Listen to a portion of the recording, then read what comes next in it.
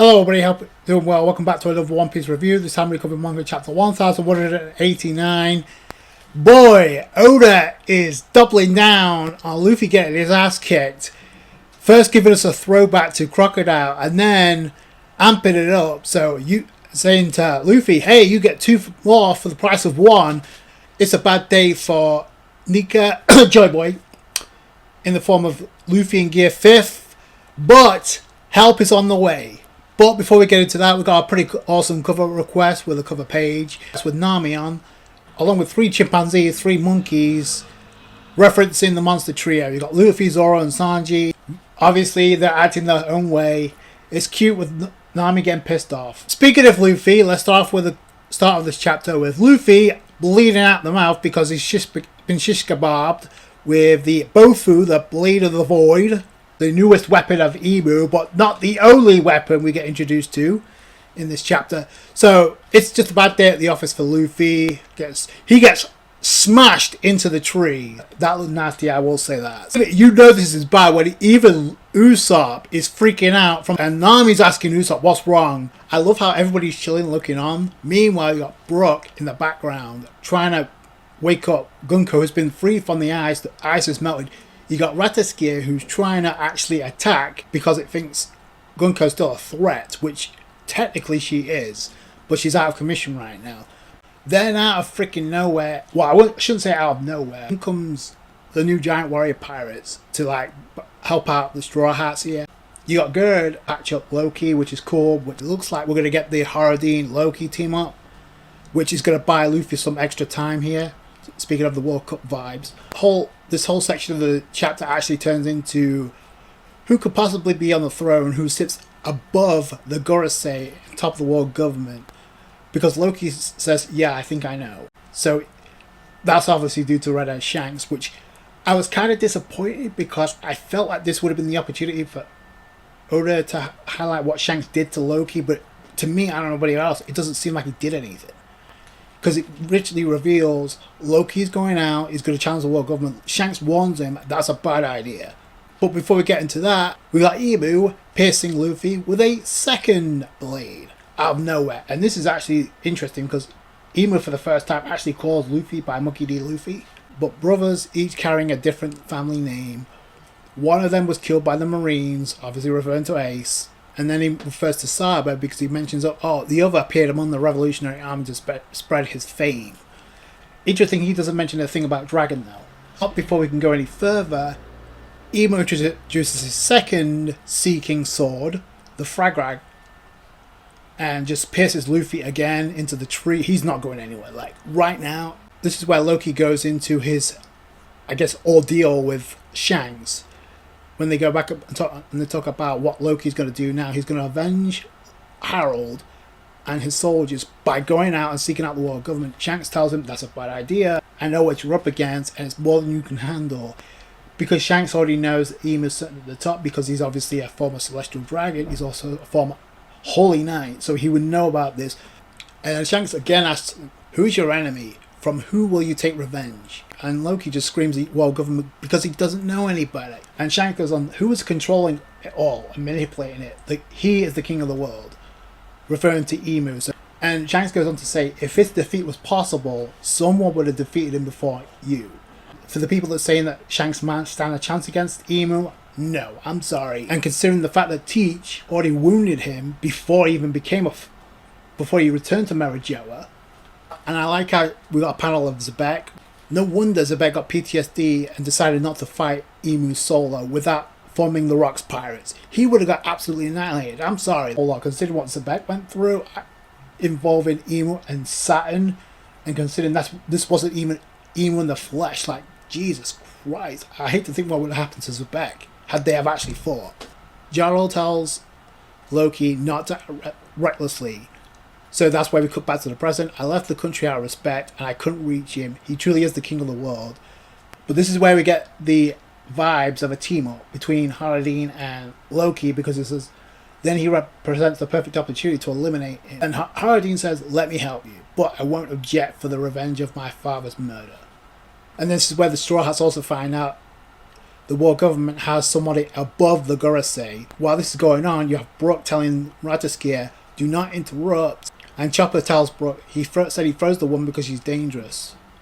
Brook, I love this moment from Brook because I won't deny she's dangerous, but I'm sure someone was manipulating her. This girl is like my daughter. And immediately, that flipped the script for Rataskia, so he completely sympathized with Brook. Speaking out of nowhere, in comes Robin joining the gang. I thought she would appear near Luffy's location, but I'm glad that Oda's keep things unpredictable to that extent. But then in comes Robin, the MVP of Elbaf, and Robin says, I need you at the library, Chopper, because Soul's waiting. Obviously, we know where this is laid in. But boy, talk about perfect timing.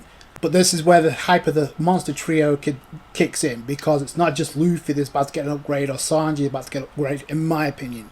Just as Iwa's about to take his time and stab Luffy with an axe, this time it's called the Kitten no Oto, the Heavenly Punishment Axe.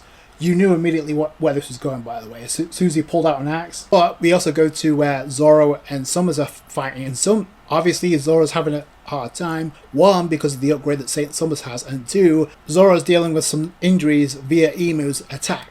And we come to find out it's not just Emu that has the hyped up blades, the one of 19 blades actually. Summers, 800 years ago, 9 founding kings of the world. They planted their weapons around the empty throne, vowing equality amongst themselves. And then Saint Summers goes on to say, the sword of chaos, Toho, sword of nothingness, Fuho. The sword of chaos, you got the sword of nothingness, you got the sword of heavenly, and you got the Longia spear, the sword of malice, devil's stigma, and the Marama's sword. These are the names of the 19 weapons that ruled the world 800 years ago. And this is where Zoro's struggling, by the way. He revived it by bringing it back to life with the devil's aura and granted it to us. I'm guessing that means the Omen, because that's exactly what Saint Summers is using now as an upgrade. Little do we know, I think Zoro's about to get an upgrade too. Does Zoro need it? No. Based off the fact time is running out. And Zoro's going to need an upgrade before the final battle anyway. I know not a lot of people are going to like that, Sanji fans, but I can definitely see that as well. What you see before you is the power that subdue the world. Saint Summers introduced his own sword. He's the sword of wrath and love. And then we find out that Saint Gillingham has the spear, which makes sense. So he has the sacred spear, Longius. Iba's about to attack Luffy with the axe, but you know he's about to come in and save the day. Literally, Scopper comes in, blocks the attack like a boss, and that's how the chapter ends. When Oda decided to hype up Scopper by using Gear 5th Luffy, now here we are having Scopper protecting Luffy in Gear 5th from Emu. The final villain, possibly, of the series, we don't know, but it's definitely a candidate now. I can see Scopper put up some resistance due to his experience, but other than that, I don't see him putting up much of a fight against Emu. Luffy to buy some time to recoup. I don't know how well that's going to work, considering Luffy, the first sword that Luffy got stabbed with, actually absorbs life energy, and he's pinned to a tree, so Scopper needs to work fast. Either that, or this is where Loki and Hardy, a team-up's going to kick in. That's not a shocker to me. Scopper's going to buy time. That's going to give Luffy even more time. I don't know if we're going to get the Luffy-Loki team-up. It just depends on how much resistance they put up against Emu, but that's where we're going with this. As far as like the whole Robin situation, that was the best part of the chapter to me, because that's progression. And I know Robin says she called for Chopper, but I personally feel like the rest of the straws are going to go, just because Brook and Usopp are in no condition. Nami, she's going to take shelter as well, so it just works in that regard. Gunko's out of commission too, so that'd be perfect for Brook to take Gunko out from hiding. And we get the reveal of what Robin and Sol have found underneath the tree. Because let's be real, even if Luffy does recoup, what's he going to do to Emu in this situation? And it could be Robin the one that snatches Luffy from that tree.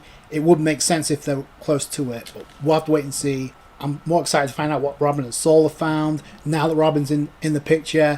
I already had a feeling what this was leading to, but Oda's really dragging this upgrade for Sanji and Luffy. I'm sorry, like, Sanji's going to get Conqueror's Hockey Unlocked. That's going to be its own chapter. It looks to me like Zoro is getting an upgrade too. I don't know about anybody else, but the fact that you had Saint Summers, the one that introduces a sword, one of the great swords of the 19 families from 800 years ago, and the fact that he's taunting Zoro, I don't know if it's going to be now, but I just get the feeling this could be what leads Zoro to turning his blades into black blades. It was too soon since he got the Emma, but now that some time has passed, he didn't really get much of an upgrade when fighting Rob. Lucci could get an upgrade now, especially if Zoro's going to go up against Nash Juro in the future and possibly Shiryu of the Blackbeard Pirates. Then he's going to need an upgrade too. I know a lot of people aren't going to be happy about that, Sanji fans, but either way, we got a great chapter. We got Scopper on the scene, saving the day for Luffy, literally. Although you might want to try and pull that first blade out if it's sucking out the life energy of Luffy. Robin's back on the scene, so this chapter was complete hype for me. So let me know what you guys think down below. That's going to do it for you guys. Thank you so much for watching. If you enjoyed this review, you guys know what to do with that thumbs up. I appreciate that. I appreciate you guys' support when it comes to these reviews. Take it easy, guys. Bye.